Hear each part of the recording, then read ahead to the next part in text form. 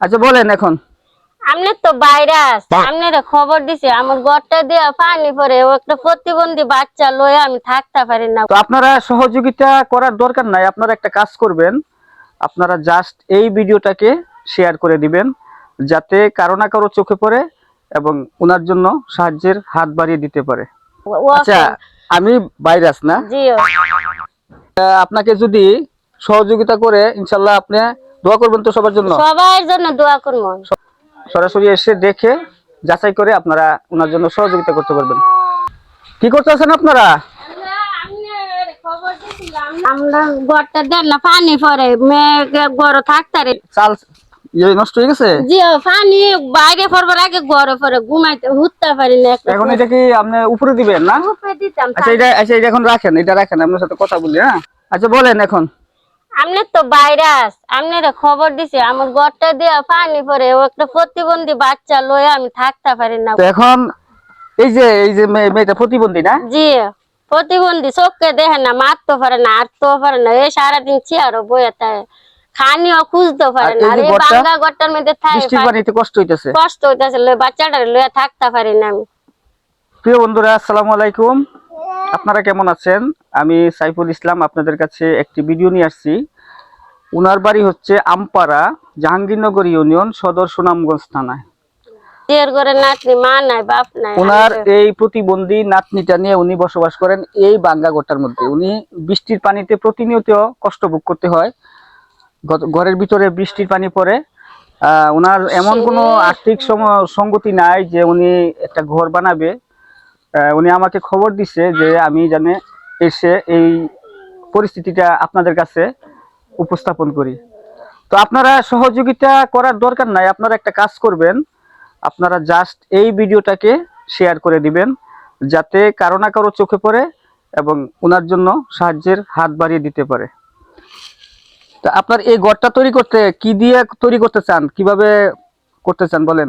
এত দাম হেরা যদি দেতে আমি টিন আইন না ওই ইট মিট ফাইলে মাটি দিয়ে ওই বিট করে থাকলাম কি বেড়া ওরাটা দিয়া, মানে টিন দিয়া হোক বা যেভাবে হোক। এই যে দেখেন, এই যে ঘরের অবস্থান দেখেন, এই যে এখানে প্লাস্টিক দিয়া এই বেড়া দিছে।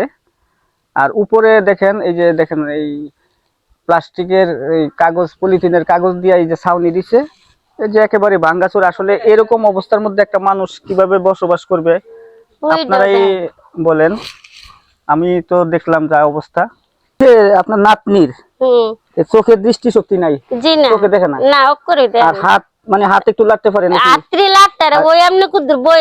দাঁড়াতে পারে না। এটার জন্য অবশ্যই একটা ভিডিও ছাড়ছিলাম, কিছু লোকে সহযোগিতা করছিল। তো আসলে এটার জন্য চিকিৎসার মতো অবস্থা করতে গেলে তো অনেক টাকা পয়সা দরকার লাগে। তো আপনারা এই বিষয়টাও আপনাদের নজরে রাখবেন যাতে আপনারা এই প্রতিবন্ধী বাচ্চাটার জন্য আপনাদের সাহায্যের হাত বাড়িয়ে দিতে পারেন। আসলে বন্ধুরা, আপনারা আমার মাধ্যমে অনেককেই সহযোগিতা করছেন, আর আপনাদের এই সহযোগিতা পেলে উনি এই ঘরটাকে করতে পারবেন আশা করা যায়। আর আসলে মানুষ সবকিছু আল্লাহর পক্ষ থেকেই সবকিছু আসে।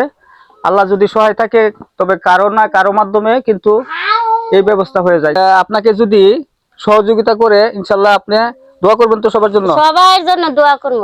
আমি এত অসহায়, আমার কোনো কেউ নাই, মা নাই, বাপ নাই, ভাই নাই। আমি যে অসহায় প্রতিবন্ধী বাচ্চাটা লয়ে আমি পড়ছি না, ঘরে ঘুমাইতারি না, আমি হুটিয়া করতে বাইরে কত কাম করে লয়ে রাত্রে হুটতারি না।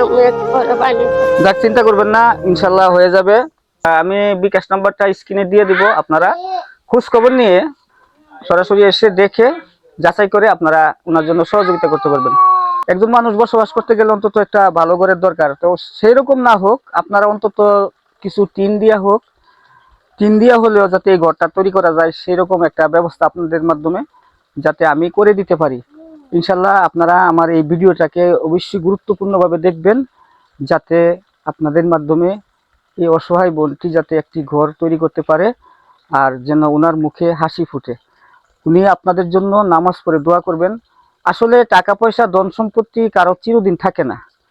একজন অসহায় মানুষের পাশে যদি আপনার সেই টাকাটা ব্যবহার করতে পারেন অথবা ওনার জন্য আপনি সহযোগিতা করতে পারেন, সেটাই আপনার জন্য পরকালে আপনার অনেক কাজে আসবে।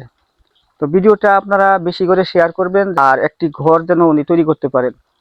আর বিশেষ কথা হলো, আপনাদের শেয়ার যত বেশি হবে তত বেশি মানুষের চোখে এই ভিডিওটি পড়বে এবং তিনি অবশ্যই একটা ঘরের ব্যবস্থা ওনার জন্য তৈরি করা যাবে। আর একটা ঘর কিন্তু বেশি কিছু না, একটা ঘর মানে যে ঘর তা না, একটা ঘরের মধ্যে একটা মানুষ যখন শান্তিতে ঘুমাতে পারবে, থাকতে পারবে, তাহলে ওনার মন থেকে যে দোয়াটা আসবে সেই দোয়াটা কিন্তু আল্লাহ তাআলা কবুল করে নেবে এবং আপনাদের উপকারে আসবে। কত টাকা পয়সা তো মানুষের কত দিকে চলে যায়, সেগুলোর কোনো হিসাব নাই।